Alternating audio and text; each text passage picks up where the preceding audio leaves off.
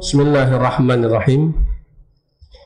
Assalamualaikum warahmatullahi wabarakatuh.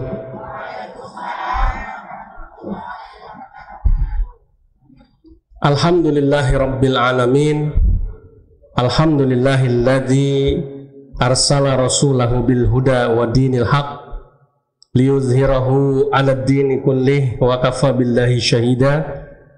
Asyhadu an la ilaha illallah wa asyhadu anna Muhammadan abduhu wa rasuluh. Allahumma salli wa sallim wa barik ala sayyidina Muhammadin wa ala alihi wa sahbihi ajmain. Amma ba'du, faya ibadallah, ittaqullaha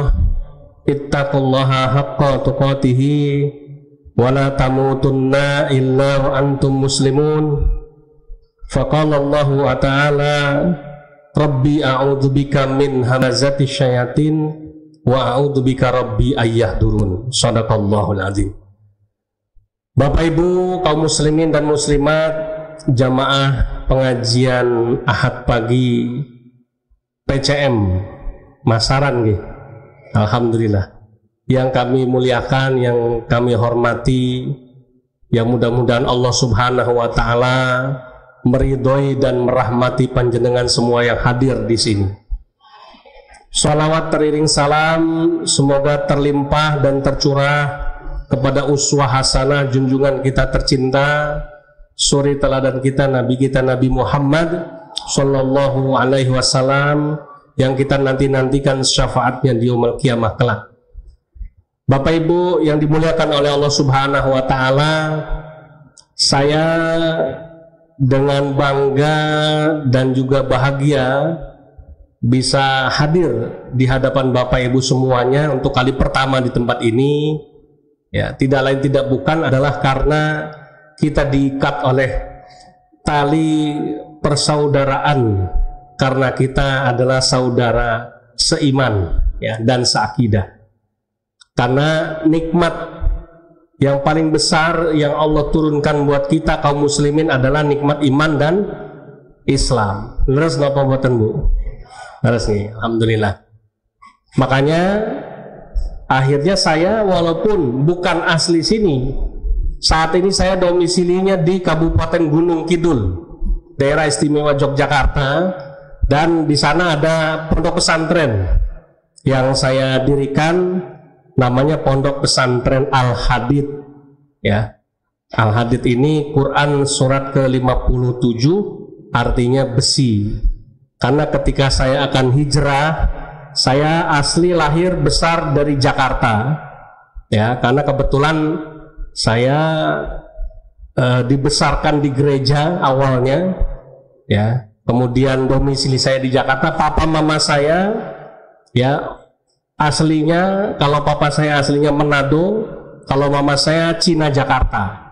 Ya, papa saya pendeta, ada 5 gereja yang diasuhnya, mama saya penginjil. Ya. Nah, saya anak paling besar. Alhamdulillah, dulu saya pernah mengenyam pendidikan sebagai sales gereja, atau sebagai penginjil, atau sebagai misionaris Kristen. Ya, kenapa kok di gereja ada salesnya? Di masjid ada nggak salesnya? Nggak usah pakai sales, sudah pada datang sendiri ya Pak Bu ya. Nah, kalau gereja harus ada salesnya. Kalau nggak ada salesnya nanti sepi, kosong, ya, nggak ada yang datang ke gereja. Nah, itu pekerjaan saya dulu ya. Jadi saya lahir besar di Jakarta. Setelah masuk Islam, saya masuk Islam sudah lama, ya, sudah 29 tahun yang lalu, tepatnya tanggal 1 Mei tahun 94. Ya, jadi sudah 29 tahun. Makanya saya keberatan kalau disebut mu'alaf, ya. Sebab saya sudah bukan mu'alaf lagi, ya, gitu ya. Alhamdulillah. Nama lahir saya Yori Yonatan Force. Itu nama lahir saya. Nama muslim Yusuf Ismail Al-Hadid, itu nama muslim saya, ya. Nah, saya pindah ke Gunung Kidul karena panggilan dakwah. Sebab dulu di Jakarta saya dengar dari para misionaris Kristen itu, Gunung Kidul itu ibarat ladang yang sedang menguning. Itu kode rahasianya misionaris. Artinya ladang yang sedang menguning itu sudah siap untuk dituai, sudah siap untuk dipanen. Tapi yang dipanen bukan padi, yang dipanen adalah jiwa-jiwanya. Ya, banyak domba-domba tersesat yang harus diselamatkan. Makanya dulu di Gunung Kidul lebih banyak pastor dan pendeta ketimbang ustadznya. Lalu kemudian dari situlah saya terpanggil untuk meninggalkan dunia Jakarta. Saya hijrah ke kampung yang saya nggak punya saudara di sana, karena saya bukan asli Gunung Kidul, nggak punya keturunan Gunung Kidul ya. Istri saya juga bukan orang Gunung Kidul ya. Jadi saya niat saya niat hijrah ke Gunung Kidul murni karena panggilan dakwah untuk memperkuat atau membentengi akidah saudara-saudara muslim saya. Makanya saya bikin pesantrennya itu khusus untuk mu'alaf sebetulnya ya, khusus untuk menampung para mu'alaf dan para murtadin. Nah ini mu'alaf itu orang yang dulunya non muslim menjadi muslim, itu mu'alaf ya. Kalau murtadin itu apa? Murtadin itu orang Islam karena kesambet setan ya, murtad, meninggalkan Islam. Biasanya minta tolong sama saya bagaimana caranya dikembalikan pada Islam. Nah ini. Nah, mereka-mereka yang masih yang murtad ini kalau masih bisa diselamatkan biasanya dibawa ke pesantren saya untuk kemudian diajak kembali kepada Islam. Itulah murtadin. Jadi pesantren saya ini khusus untuk mu'alaf juga murtadin gitu ya, untuk menyelamatkan kembali mereka yang murtad ya. Alhamdulillah. Nah, yang mendampingi saya 2 orang ini saya kasih bonus buat pengajian Ahad pagi. Kalau saya jadi mu'alaf itu udah lama, tahun 29 tahun, bahkan saya sudah nggak pantas disebut mu'alaf. Saya bawa 2 orang mu'alaf murid saya yang masih anget ya. Yang pertama ini Mas Arif, coba berdiri. Nah, ini Mas Arif ini mu'alaf 5 tahun, tahun 2017 jadi Islam. Tapi di pesantren Al-Hadid 3 tahun. Jadi 2 tahun dia melalang buana cari-cari pesantren buat belajar. Akhirnya datang ke Al-Hadid, ke tempat saya ya, dari YPMA Tauhid untuk belajar Islam. Nah, alhamdulillah 3 tahun ini sudah belajar Islam dan inilah hasilnya. Ibu bisa lihat ya. Nah, kelihatan hasilnya nggih? Kelihatan nggak hasilnya? Kalau ibu-ibu lihat sekilas, kalau saya nggak cerita ini mu'alaf, percaya nggak kalau ini mu'alaf? Enggak, disangkanya ki ustadz ya, lulusan Mesir kan gitu. Nah, ini keberhasilan ayat Allahu waliyul ladzina amanu yukhrijuhum minaz zulumati ilan nur. Jadi dia dikeluarkan sama Allah dari kegelapan pada cahaya hidayah. Nah, lihat 5 tahun Allah rubah penampilannya, hidupnya ya tak? Bapak-bapak aja kalah penampilannya sama ya kan? Ini aslinya Kupang, Nusa Tenggara Timur, Pak. Ya. Aslinya tempat orang-orang Katolik mayoritas di sana, bukan Islam ya. Oke, duduk lagi Mas Arif. Nah, yang masih anget, tapi mudah-mudahan bukan anget-anget tai ayam gitu ya. Ini sebelah kanan saya berdiri. Nah, ini namanya Koh Julius. Ya, umurnya 35 tahun. Ini baru 1 bulan masuk Islam. Nah, jadi baru 1 bulan masuk Islam. Kemudian dititip di Al-Hadid dan dia belajar Islam ya selama 1 bulan ini. Makanya penampilannya masih unyu-unyu ya. Masih kelihatan muka mu'alafnya. Lalu sebatan yang 5 tahun sama yang 1 bulan. 1 bulan bukan 1 tahun ya. Terima kasih, duduk lagi ya. Nah, ini masih ada muka kafirnya. Ya. Iya.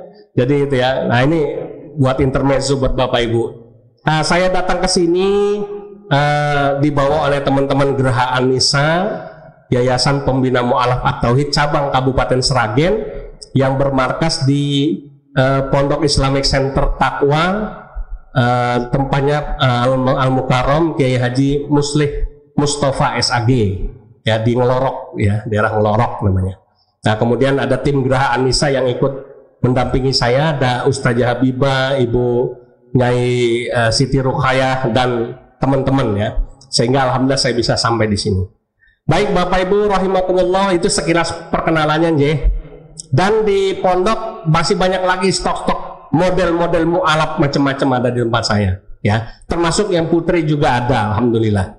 Ya, Bapak Ibu yang dimuliakan oleh Allah Subhanahu wa taala, waktu yang singkat karena saya cuma mengenal waktu jam 8 kurang 10 menit nanti harus selesai sehingga saya maksimalkan. Nah, saya mau bahas satu materi yang ringan sebetulnya, tapi ini penting untuk Bapak Ibu ketahui. Ini kan kita tanggal 28 besok ini peringatan Maulid Nabi kita Muhammad SAW, betul nggih? Nah, jadi setiap peringatan Maulid Nabi, nah ini yang menarik, mesti ada kasus-kasus pelecehan dan penghinaan terhadap pribadi Nabi Muhammad SAW. Kalau yang lagi tren sekarang itu adalah kasus pembakaran Al-Quran di Swedia. Gitu, dengar ya Bu ya, Bapak ya. Nah itu yang terbaru.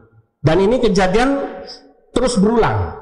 Ya, dari saya masih Kristen sampai saya jadi Islam, saya amatin kebencian orang-orang non-Muslim itu. Pasti kalau kepada Islam ya, pasti ditujukan kepada pribadi Rasulullah Muhammad SAW. Pasti itu. Jadi dia tidak pernah menghina Allah Tuhan kita, enggak. Tapi selalu yang dihina, yang direndahkan itu adalah Nabi Muhammad SAW. Ya. Kalau di Indonesia yang terbaru adalah misalnya mereka komplain kepada pemerintah, meminta kepada pemerintah untuk mengganti ya nama Isa Al-Masih menjadi Yesus Kristus. Nah, ini kan menarik. Jenengan mungkin ada yang dengar, ada yang enggak dengar gitu ya. Ada juga dengar cuma sekilas jadi enggak ngeh. Nah, ini salah satu tanda keberanian mereka yang minoritas saat ini kepada umat Islam. Karena sekarang mereka dapat angin segar. Makanya mereka berani ya komplain ke pemerintah. Nggak boleh namanya Isa Al-Masih, harus Yesus Kristus. Nah, apa imbasnya kepada kita umat Islam? Gini imbasnya, supaya orang Islam itu ya menyebut Isa Al-Masih dengan sebutan Yesus Kristus. Dengan kata lain, supaya kita mengakui Tuhan mereka yang bernama Yesus Kristus. Coba perhatikan, jenengan mungkin nggak ngeh, makanya saya sampaikan ini ya. Saya ditugaskan sama Allah untuk masuk Islam. Misi saya adalah untuk menyampaikan sesuatu yang Bapak Ibu mungkin tidak ngeh, mungkin tidak tahu, mungkin juga dianggap sepele, remeh temeh. Tapi sebetulnya sesungguhnya itu berdampak pada akidah saudara-saudara Muslim kita. Bapak Ibu bayangkan sekarang, kalau Bapak Ibu yang rajin ngaji Ahad pagi, saya nggak khawatir, nggak masalah, aman insya Allah. Karena diisi oleh para ustadz-ustadz berkualitas yang hebat-hebat, selalu menanamkan ajaran-ajaran Islam yang kafah insya Allah. Tapi pertanyaannya, jumlah orang Islam yang ngaji dengan yang nggak ngaji banyak mana? Aduh, banyak yang nggak ngaji. Jumlah orang Islam yang ke masjid sholat berjamaah sama yang nggak mau sholat banyak mana? Ya Allah, jumlah orang Islam yang cuek, nggak mau peduli sama agamanya, sama yang peduli pada agamanya banyak mana? Banyak yang cuek apa yang banyak peduli? Banyak yang cuek-cuek saja, terserah, kan gitu ya. Nah, ini yang jadi masalah itu mereka-mereka ini nggak pernah ngaji, sholatnya nggak kelihatan ke masjid, ya toh. Kemudian maaf, sebutannya juga Islam KTP atau Islam abangan atau Islam yang awam, lah sudahlah ya. Yang seperti ini yang nantinya akan akidahnya itu rentan untuk dimurtadkan. Nggih, Bapak Ibu nggih. Jadi Bapak Ibu punya kewajiban untuk menyampaikan ini kepada orang-orang saudara-saudara kita, tetangga kita yang belum mengerti. Ini ya. Nah, kita orang Islam mengakui Nabi Isa alaihissalam sebagai nabi utusan Allah, bukan sebagai Tuhan. Sementara mereka mengakui Isa itu adalah Yesus Kristus yang juga Tuhan mereka. Beda atau sama ini? Nah, ini sesuatu yang berbeda, hati-hati. Okay? Nah, baik. Kemudian, kenapa mereka begitu membenci Nabi kita Muhammad Sallallahu Alaihi Wasallam? Karena Nabi Muhammad ini adalah pengganjal. Pengganjal itu apa ya? Penghalang. Ya, penghalang itu apa bahasa lainnya?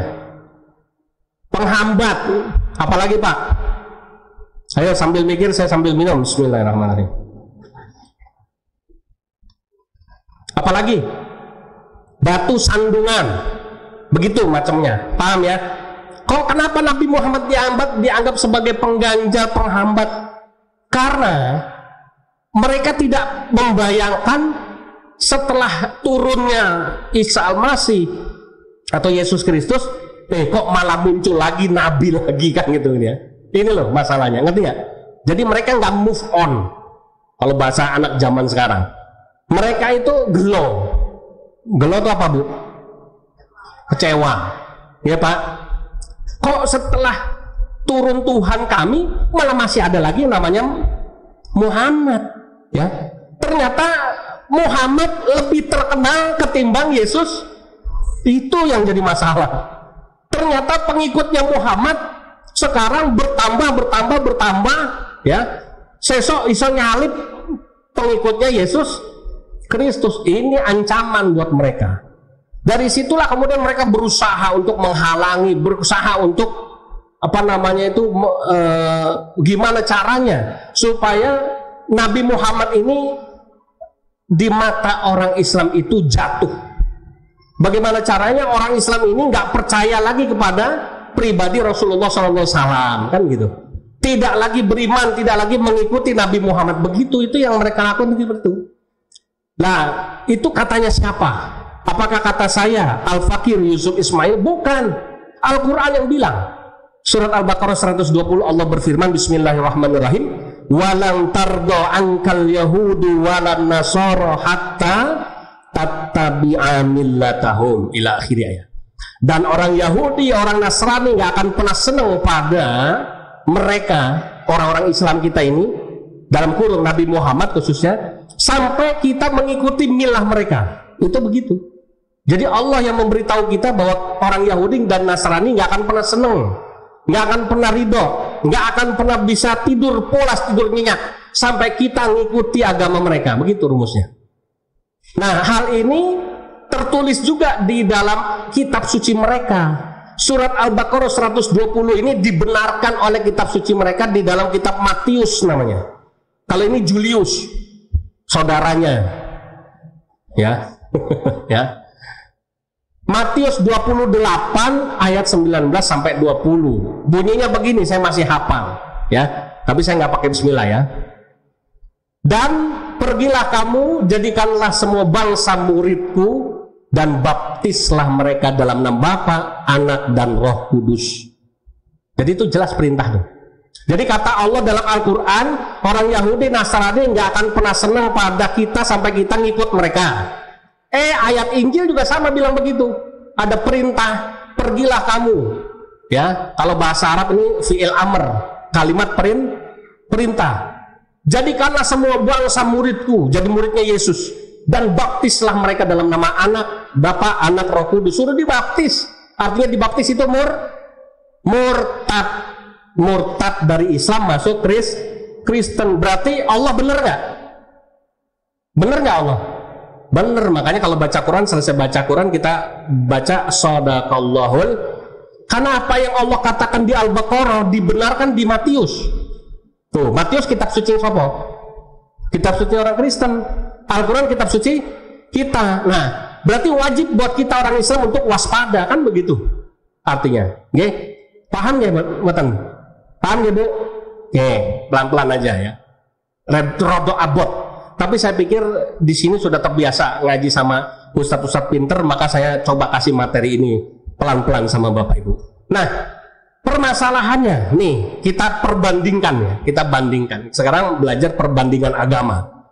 Sosok Nabi Muhammad SAW dan sosok Yesus Kristus, ya, atau Isa Al-Masih, gitu ya. Kalau kita dua sosok ini, kalau dimasukkan ke dalam agama Islam, dua nama ini, Nabi Muhammad dan Yesus Kristus, kalau dimasukkan ke dalam agama Islam, ini nggak jadi masalah, akur. Dua orang ini akur, dua nabi ini akur, tidak masalah, nggak ribut, tidak masalah, dan tidak membuat masalah. Ya, kenapa? Karena pinter ibu. Ya, saya dengar tadi pelan-pelan. Karena Islam ya mengakui Nabi Isa alaihissalam. Ya, sudah dari dulu Islam mengakui Nabi Isa Al-Masih itu adalah nabi utusan Allah. Sama seperti baginda Nabi kita Muhammad Sallallahu Alaihi Wasallam juga nabi dan utusan Allah. Bedanya Nabi Muhammad adalah nabi terakhir, penutup para nabi dan utusan Allah. Tapi sama kedudukannya sebagai nabi dan rasul. Makanya orang Islam nggak ada masalah sama yang namanya Nabi Isa. Ya, nggak perlu diganti-ganti pakai nama Yesus Kristus lah, bertele-tele ini itu nggak ada masalah. Di Islam selesai, clear ini. Ya, tapi ketika dua nama ini, Nabi Muhammad dan Yesus Kristus atau Nabi Isa, dimasukkan ke dalam agama Kristen, ini jadi masalah, nggak selesai-selesai sampai akhir zaman. Kenapa? Satu, orang Kristen tidak mengakui Nabi Muhammad SAW. Bahkan saking bencinya mereka, bapak moyangnya saja, Nabi Muhammad dan Yesus Kristus ini kan lahir dari Nabi Ibrahim alaihissalam. Nabi Ibrahim punya dua anak, yang pertama namanya Ishak, ya, yang melahirkan keturunan Isa alaihissalam, atau yang mereka sebut Yesus Kristus itu. Nah, Nabi Ismail, anaknya Nabi Ibrahim, punya keturunan nanti melahirkan Nabi Muhammad Sallallahu Alaihi Wasallam. Mereka iri, dengki, sampai dengkinya itu sampai ubun-ubun sama Nabi Muhammad, sampai-sampai dirubah itu cerita. Yang disembelih menurut orang Kristen bukan Nabi Ismail alaihissalam, tapi yang disembelih adalah Nabi Ishak dalam Kristen alaihissalam. Jadi orang Kristen nggak mau mengakui Nabi Ismail, Pak. Buat mereka yang disembelih adalah Nabi Ishak, bukan Ismail. Kenapa? Kalau mereka mengakui Nabi Ismail, berarti mereka akan mengakui turun Nabi akhir zaman, penutup para Nabi dan utusan Allah yang bernama Muhammad. Makanya mereka nggak mau mengakui itu. Begitu. Ini jadi masalah pertama. Masalah yang lain apa? Nah, jadi masalah yang lain adalah dua sosok ini, ya, Nabi Muhammad dan Yesus Kristus. Ini Mas Arif apal materi ini, ya. Kalau Nabi Muhammad ada tiga, ya, kelebihannya. Nabi Muhammad ini adalah nabi yang apa? Ingat? Fenomenal, ya. Nabi yang fenomenal. Nabi Muhammad ini adalah nabi yang fenomenal. Yang kedua, Nabi Muhammad adalah idolanya kaum muslimin seluruh dunia, idolnya, ya. Yang ketiga, Nabi Muhammad ini adalah nabi yang jelas riwayat hidupnya. Saya mau ceramah di sini sama panitia dimintain kurikulum vitae. Artinya kurikulum vitae itu riwayat hidup, ya. Tadi disampaikan pembawa acara secara singkat. Kalau mau panjang lagi, wah bisa nanti nggak cukup waktunya gitu ya. Nah itu penting nggak riwayat hidup Bapak Ibu? Kita mau ngelamar kerja mesti ditanya, ya toh, riwayat hidupnya dari mulai pendidikannya, kesehatannya, bapak ibunya tinggalnya di mana, komplit. Nah, Nabi Muhammad jelas ini semua. Ya, sementara Yesus Kristus ini menurut versi Kristen ini, ya, kalau ditaruh di agama Kristen, ini jadi sosok pertama misterius. Iya, Yesus ini adalah sosok yang misterius. Yang kedua apa? Apa Mas Arif ingat? Debatable. Nah, Julius hafal karena baru kemarin ngajinya. Supaya akar kekafirannya ini hilang, gitu ya. Kasih materi ini. Yang ketiga apa? Hah? Misterius, debatable, apalagi satu lagi? Kontradiksi, kontroversial. Ini Yesus ini. Kalau Ustadz berani bilang gitu, nah ini kita kupas. Kenapa Nabi Muhammad paling gampang aja lagi nih? Paling gampang. apakah Nabi Muhammad ya menjalankan sholat seperti kita Bapak Ibu menjalankan sholat 5 waktu? Coba jawab. Nabi Muhammad sholat nggak? Sepakat sholat ya. Bahkan Rasulullah tidak pernah meninggalkan sholat berjamaah seumur hidupnya. Laras buatan. Saya tanya sama Bapak Ibu, karena Bapak Ibu ini Islamnya sudah puluhan tahun. Saya walaupun sudah lama jadi Islam, tapi saya masih kalah lama sama Bapak Ibu yang Islamnya sudah 50 tahun ya, 60 tahun ya. Bapak-bapak jenggotnya saja sudah pada putih semua ya. Jadi saya masih kalah kalau apa sama umur Islamnya. Ya saya tanya takut salah. Nabi kita sholat, makanya kita suruh sholat itu karena apa? Kita bisa tahu gerakan sholat, dan sholat mengikuti siapa? Shollu kama ra'aitumuni usolli. Sholat kita ngikutin Nabi kan begitu. Sholatnya di mana? Di masjid. Masjid tempat sholat kita. Kita sholat di masjid apakah karena perintah Allah dan Rasulnya? Iya tidak? Siapa yang nyuruh Bapak Ibu sholat di masjid? Allah dan Rasulnya. Di Al-Quran Allah bilang di surat At-Taubah 18, Nabi Muhammad hijrah ke Madinah, yang dibangun masjid apa? Ayo, masjid apa? Masjid Kuba. Betul? Nah, yang kau pinter aku. Ya. Kok di sini gampang aus? Ya, udah mau habis ini ya. Jadi kita sholat ke masjid, mendirikan sholat sesuai perintah Allah dan Rasulnya. Nabi Muhammad mendirikan masjid. Bahkan ada sekarang namanya Masjid Nabawi, ya toh, yang di dalamnya ada makam Rasulullah SAW. Kita cek Yesus Kristus Tuhan kebanggaan mereka. Ya, kita cek Yesus Kristus Tuhan kebanggaan mereka. Saya tanya, apakah Yesus itu seorang Kristen? Harusnya menurut kita, menurut orang Kristen, iya, ya toh. Ya, menurut kita Islam bukan, ya. Nabi Isa adalah Muslim. Kita sekarang cek agama mereka dulu, Pak. Apakah Yesus itu Kristen? Orang Kristen pasti jawab, iya, Kristen.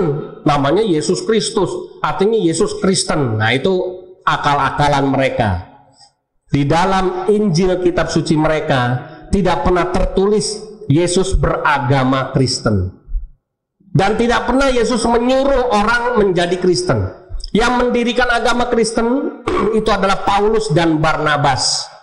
Mereka berdua pendiri Kristen, karena untuk pertama kalinya disebut Kristen itu setelah Paulus dan Barnabas menginjil di satu kota namanya Antioquia. Itu jauh setelah Yesus mati. Baru disebut Kristen, baru ada namanya orang Kristen. Sementara kita jadi Muslim, siapa yang nyuruh? Allah, ya kan? Lewat Nabi Muhammad. Karena ada di Al-Quran, jelas ya. Kata Allah, wala tamutunna illa wa antum innad dina indallahil. Nah, itu kalau mau dalil itu saya bacain, banyak lagi ayat lainnya. Gitu. Sementara mereka jadi Kristen, Yesus nggak pernah bilang jadi Kristen, nggak pernah nyuruh dari Kristen. 2, tanya sama mereka apakah Yesus pernah membangun gereja. Tidak pernah, bahkan di Injil tidak tertulis kata gereja. Nggak ada satupun ayat tentang perintah ke gereja, itu tidak ada. Nah terus mereka jadi Kristen, ke gereja, siapa sih nyuruh? Ya si Paulus mungkin kan gitu ya. Bukan Yesus. Nah kok bisa mereka menyembah Yesus sebagai Tuhan? Kan harusnya tanda tanya. Yesus nggak pernah nyuruh jadi Kristen. Yesus nggak pernah bangun gereja. Jangan-jangan Yesus ini Islam, ya toh? Jangan-jangan Yesus ini ya sama kayak Nabi Muhammad kan gitu. Ayo kita lihat bener nggak Yesus ini Islam. Pertama, Yesus disunat umur 8 hari setelah lahir. Ya, dalilnya di Markus pasal 8 ayat 21. Ya, dan ketika genap 8 hari ia dalam kurung Yesus disunat. Tuh. Ya, orang Kristen mayoritas tidak mau disunat kecuali untuk alasan medis atau kesehatan. Mayoritas orang Kristen tidak disunat. Ya, ada juga yang disunat, tapi mayoritas tidak mau disunat. Yang mengikuti perintah sunat atau khitan ini siapa? Siapa? Kita orang Islam. Iya Pak. Orang Islam disunat nggak Bapak? Yang laki-laki wajib nggak? Tuh, saya dia jadi Islam, saya cek Pak, kamu udah sunat belum? Ya, saya cek, ya, udah belum yang ini. Ini juga sama, saya cek. Karena pada pengalaman ngakunya udah jebule urung, padahal udah 5 tahun jadi Islam. Oh begitu tahu, saya bawa ke dokter kabur takutan, lari. Rupanya nggak mau disunat karena takut disunat itu ya. Tapi alhamdulillah saya rayu, saya iming-imingi, pokoknya biar mau disunat karena udah jadi mualaf 5 tahun gitu ya. Alhamdulillah akhirnya disunat juga gitu ya. Jadi dia masih sayang sama burung gerejanya. Ya. Padahal kalau udah jadi Islam nggak boleh bawa-bawa burung gereja lagi gitu ya, harus bawa manuk kaji gitu harusnya gitu ya. Ya, itu ya. Yang kedua, Yesus mati pakai kain kafan ya, Lukas 23 ayat 53. Dan ketika ia menurunkan mayat Yesus dari salib, ia menguburkannya dalam bukit batu dan mengafaninya dengan kain lenan. Kalau sekarang kain mori, berarti Yesus matinya pakai kain. Ibumu matinya diapain? Dibakar katanya.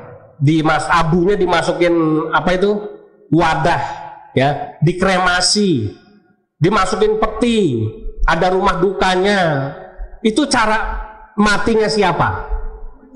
Ya, cara matinya mereka, ya, orang Kristen sekarang. Tapi bukan cara matinya Yesus Kristus. Itu baru 2. Yesus nggak makan babi, mereka makan babi.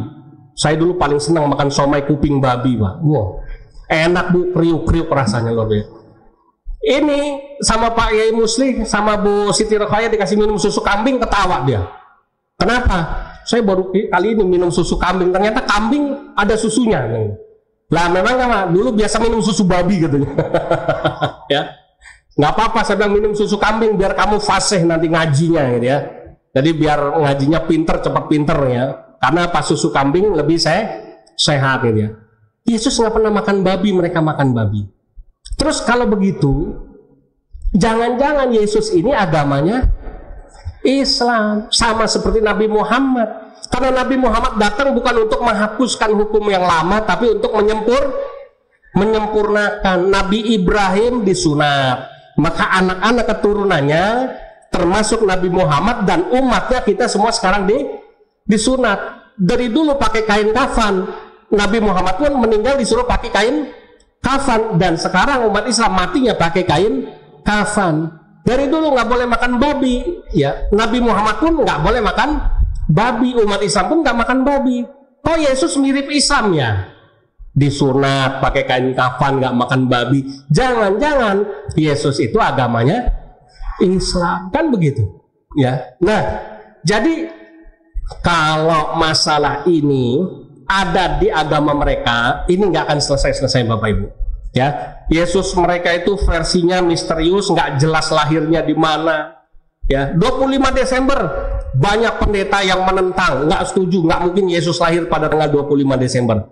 Kalau kita umat Islam semuanya sepakat tanggal 12 Rabiul Awal adalah hari kelahiran Nabi Muhammad SAW. Perbedaan kita cuma bedanya ada yang merayakan, ada yang tidak merayakan, cuma itu saja. Tapi tanggalnya sama, semuanya yakin, sepakat seluruh dunia tanggal 12 Rabiul Awal. Sama seperti saya lahir tanggal 16 September ya, tahun 19 sekian misalnya gitu ya. Gak usah saya kasih tahu. Ya. Gitu ya. Kalau saya mau rayain monggo ya, dibikin tasyakuran, undang ustadz ya, baca sholawat, silakan. Ada juga yang nggak merayakan, ya nggak apa-apa, tapi udah jelas di KTP saya tertulis tanggalnya demikian kan gitu. Nah, Yesus tanggal 25 Desember, tidak semua orang Kristen merayakannya. Ada yang menentang, ada yang protes, ada yang tidak puas. Nah, itulah. Pokoknya Yesus di agama sebelah jadi masalah sampai sekarang nggak selesai-selesai. Sementara kalau Yesus atau Nabi Isa alaihissalam dimasukkan dalam agama Islam, cocok dengan Nabi Muhammad klop. Ya, bahkan besok Nabi Isa di akhir zaman turunnya kemana? Di hari kiamat Nabi Isa turunnya di gereja atau di masjid? Oh, di masjid jelas ya. Turun di masjid ya, kemudian sholat berjamaah, katanya sholat subuh berjamaah dengan umat Islam. Bahkan Nabi Isa disuruh jadi imam, nggak mau. Kenapa? Karena dia ada turun di tengah-tengah zamannya umat Nabi Muhammad Shallallahu Alaihi Wasallam. Sholat zaman Nabi Isa dengan sholat zaman Nabi Muhammad beda atau sama syariatnya? Beda. Makanya Nabi Isa mengikuti syariat Nabi Muhammad yang telah disempurnakan lewat peristiwa Isra dan Mi'raj itu. Jadi makmum begitu. Itulah toleransi para nabi. Makanya Nabi Isa atau Yesus Kristus kalau ditaruh di agama Islam selesai, tidak ada masalah. Sementara kalau ditaruh di agama Kristen sampai sekarang menjadi masalah dan tidak selesai-selesai. Jadi bersyukurlah Bapak Ibu, alhamdulillah kita menjadi umat Nabi Muhammad Shallallahu Alaihi Wasallam. Karena apa? Itu tadi, Nabi Muhammad adalah sosok yang fenomenal, sosok yang menjadi idola bagi kaum muslimin di seluruh dunia, dan menjadi sosok yang sudah jelas ya, ceto, welo-welo gitu ya kalau kata orang Jawa ini ya. Tidak ada keraguan terhadap seluruh biografi hidupnya atau sirohnya gitu ya, dalam kehidupannya dari lahir sampai beliau meninggal, semuanya ada napak tilas perjalanannya gitu ya. Nah, Bapak Ibu rahimakumullah, saya ingin berbagi waktu ya dengan para mu'alaf-mu'alaf baru kita ya, supaya apa? Supaya zaman ini kan berganti. Saya sudah 29 tahun ya dalam dunia dakwah. Mas Arif ini sudah 3 tahun ya, mulai belajar Islam. Julius masih baru kemarin sore ya. Tapi saya kepengen akan tiba saatnya nanti mereka lah yang menggantikan saya, juga menggantikan ya bapak-bapak ya, para asatidz. Tentu insya Allah mereka akan jauh lebih baik lagi. Nah, yang kali ini kesempatannya cuma singkat. Saya kepengen Mas Arif cerita apa sih yang menjadi cita-cita Mas Arif setelah menjadi Islam ini ya. Jadi kalau cerita masuk Islam nanti nggak cukup waktunya, tapi setelah jadi Islam cita-citanya apa? Kalau saya nanya sama Bapak Ibu di sini paling jawabannya cuma satu, Pak Bu, apa cita-citanya urip jenengan? Saya cita-citanya pengennya husnul khotimah, kan begitu? Gitu. Nah, umurnya udah senja semua, 50, 60, 70, ada yang sudah 70 lebih. Sudah. Mungkin cita-cita yang lain udah nggak ada karena sudah zamannya sudah lewat. Cita-citanya pokoknya ngaji, pengen ngaji, sholat, sehat, supaya matinya husnul khotimah. Tapi kalau mereka berdua ini kan masih panjang perjalanannya ya. Kita dengerin dulu apa sih, kan jarang-jarang dengerin cita-cita mu'alaf gitu ya. Kalau mu'alaf tuh punya cita-cita apa? Coba Mas Arif diterangkan 7 menit maksimal ya. Apa cita-citamu setelah meninggalkan kekafiran sekarang menjadi muslim? Silakan.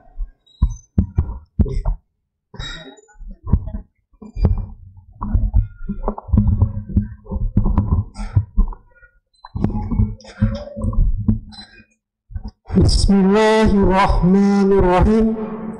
Assalamualaikum warahmatullahi wabarakatuh.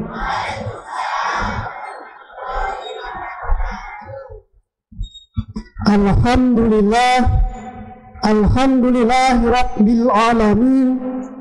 Assalatu wassalamu ala asrofil anbiya wal mursalin Sayyidina wa maulana Muhammadin wa ala alihi wa ashabihi ajmain, amma ba'du. Faya ibadallah, ittaqullah haqqa tuqatihi wa la tamutunna illa wa antum muslimun. Rabbi a'udzu bika min hamazati syayatin wa a'udzu bika rabbi ayahdurun. Shadaqallahul azim. Yang pertama-tama saya hormati para alim ulama,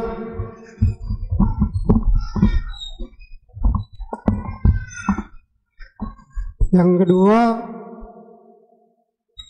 yang saya hormati bapak-bapak, ibu-ibu,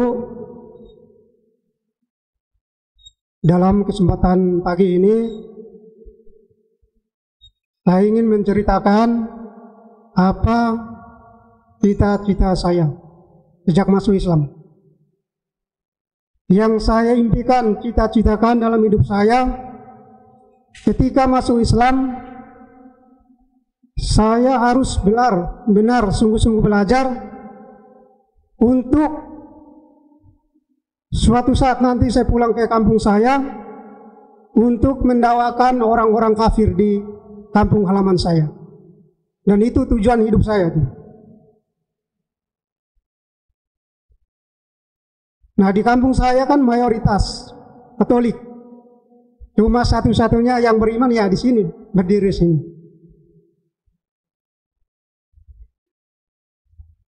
Nah, saat ini saya masih belajar di Pondok Pesantren Al-Hadid Gunung Kidul hampir 3 tahun.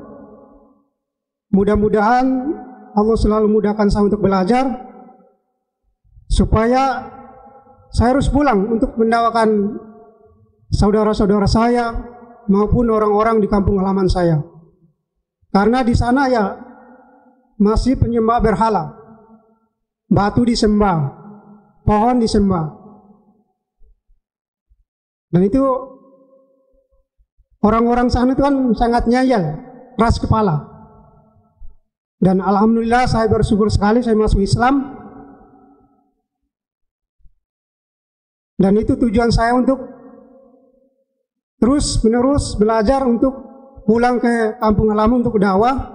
Dan ketika kita berdakwah pun kita menyampaikan dengan santun, tunjukkan akhlak kita sebagai orang muslim.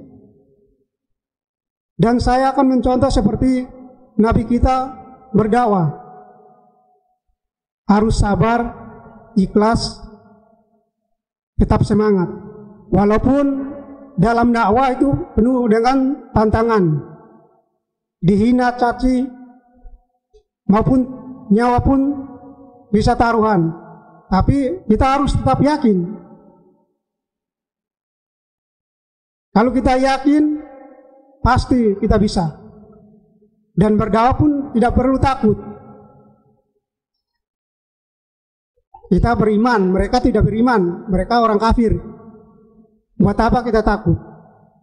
Bahkan saya menghimbau kepada ustadz-ustadz, dai-dai yang di sini terus menerus mendakwakan agama Islam, supaya orang-orang kafir di sana itu cepat sadar bahwa agama Islamlah yang paling benar.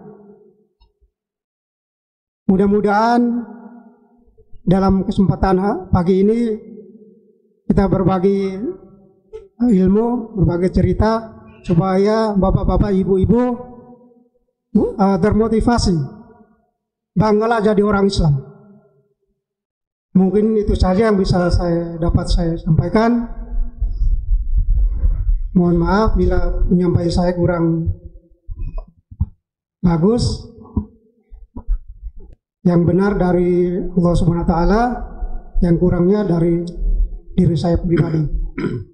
Assalamualaikum warahmatullahi wabarakatuh. Assalamualaikum warahmatullahi wabarakatuh. Ya, terima kasih Mas Arif ya. Jadi jelas ya Bapak Ibu ya. Cita-citanya mau pulang kampung, ke kampung halamannya di Kupang sana, yang satu kampung baru dia yang jadi Islam gitu ya. Karena dia diusir keluarganya ya, sebab dia jadi Islam, yang lain masih jadi Katolik semua. Dan pengen bikin pesantren di sana. Saya kira ini bukan tantangan yang mudah ya Bapak Ibu ya. Kita berdakwah di lingkungan yang Islam aja wangelepol. Apalagi berdakwah di tengah-tengah yang bukan Islam gitu ya. Tapi insya Allah saya mungkin setelah pemilu, saya doakan, saya sama Mas Arif rencana saya mau survei ke sana, ke kampung halamannya. Kebetulan saya ada saudara juga di Kupang, masih Kristen, tapi mereka sudah bisa menerima saya ini ya. Dan kemarin bilang sama saya, ada tanah keluarga yang kalau mau dipakai buat pesantren nggak apa-apa katanya ya.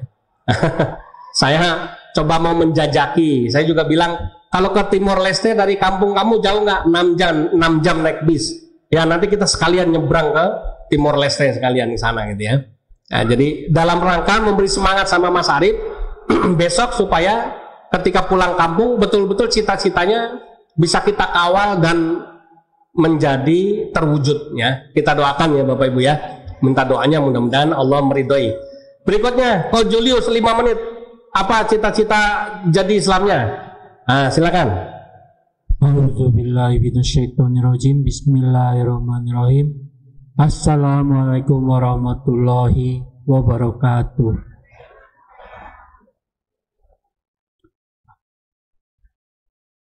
Ustaz, nama saya sudah diganti di dalam Muslim jadinya Abdullah Julius Safar. Digantinya menjadi Abdullah Julius Safar.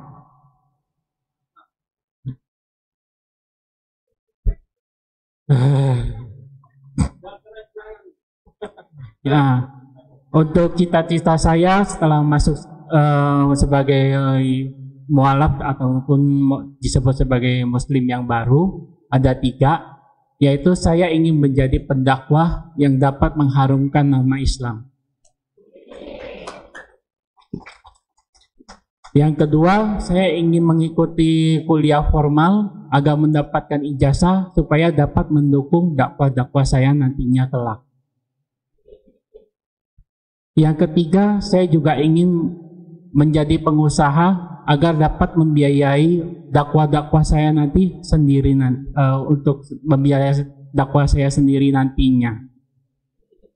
Jadi untuk Bapak Ibu semua, saya mohon doanya yang tulus untuk saya dan teman-teman saya yang ada di Pondok Pesantren Mualaf, karena buat kami itu untuk menjadi tetap istiqomah di dalam jalannya Allah itu masih sangat susah, apalagi kami diharuskan mesti sholat, mengikuti gerakan sholat itu aja masih susah, apalagi mesti bacaan-bacaan sholat ada beberapa yang masih susah. Jadi minta doanya yang tulus, ikhlas agar kami bisa dapat beradaptasi. Terima kasih. Assalamualaikum warahmatullahi wabarakatuh.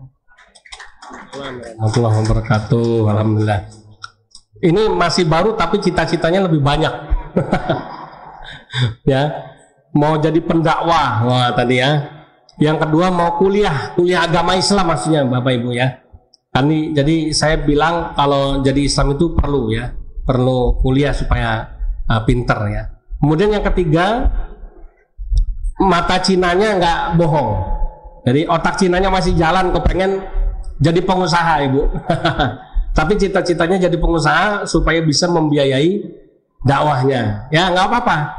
Sebagai pendatang baru perlu kita kasih semangat. Ya 3-3 itu syukur semuanya tercapai, minimal 1 kan gitu ya Bu ya. Alhamdulillah. Nah, tapi Bapak Ibu ini dua-duanya saya kasih tahu masih jomblo. Ya. Mas Arif ini umurnya sekarang 40 tahun. Saya tanya, "Kamu kenapa nggak mau nikah-nikah? Ntar jadinya kayak Yesus kamu," gitu ya. Dia bilang, "Saya kalau belum pinter saya nggak mau nikah dulu, saya kepengen belajar Islam dulu baru saya menikah." Jadi dia memang semangat belajarnya kuat sampai dia menunda ya keinginannya untuk menikah karena pengen menuntaskan belajarnya dulu ya. Julius ini baru umur 35 tahun ya, tapi jangan dulu, besok kalau udah matang ya, kalau udah numbuh jenggot kayak Mas Arif ya baru ya kita carikan jodoh ya, insya Allah jodoh yang solihah, amin ya robbal alamin ya. Baik Bapak Ibu, itu saja, waktunya sudah menunjukkan jam 7.50 pas. Mohon maaf lahir batin apabila banyak kekurangan dari kami mohon undur diri. Terima kasih atas kesempatannya. Saya ucapkan jazakumullahu khairan katsira wal afu minkum. Wassalamualaikum warahmatullahi wabarakatuh.